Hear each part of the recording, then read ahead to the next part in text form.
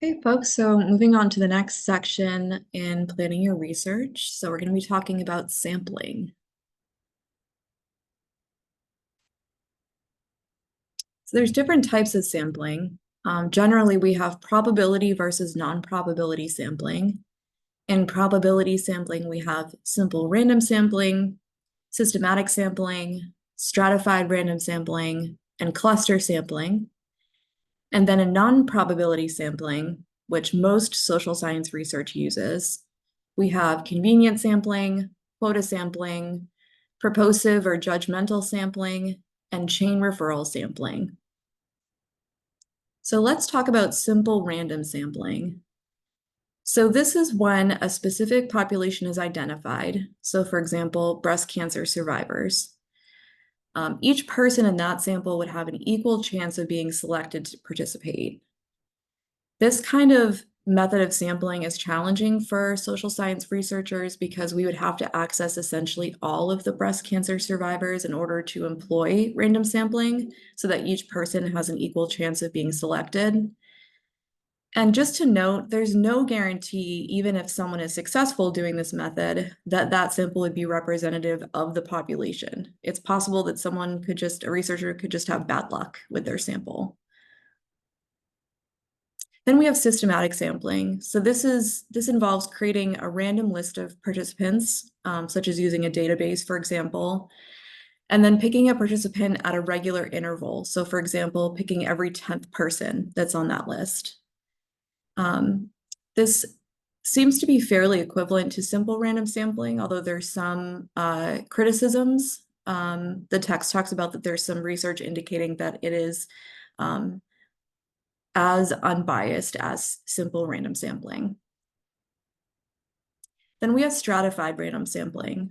So this is when possible participants are placed into groups of similarities. So for example, religious affiliation, and then they're selected at random from each group.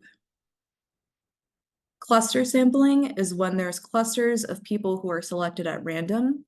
So if we use the example of breast cancer survivors, this could be when 10 breast cancer clinics are selected at random from 20 possible clinics, and then the patients from those 10 clinics would make up the sample.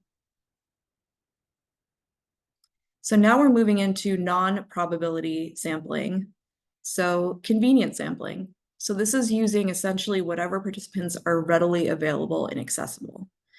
So for example, for my dissertation, I used a sample of individuals who were receiving services at a certain agency. They had to have a diagnosis of an intellectual disability, and they had to be receiving mental health services. And essentially, the agency had provided a list of participants that matched my selection criteria. So it was definitely a sample of convenience in that way. There are disadvantages to this, so it's less likely to be generalizable to other individuals.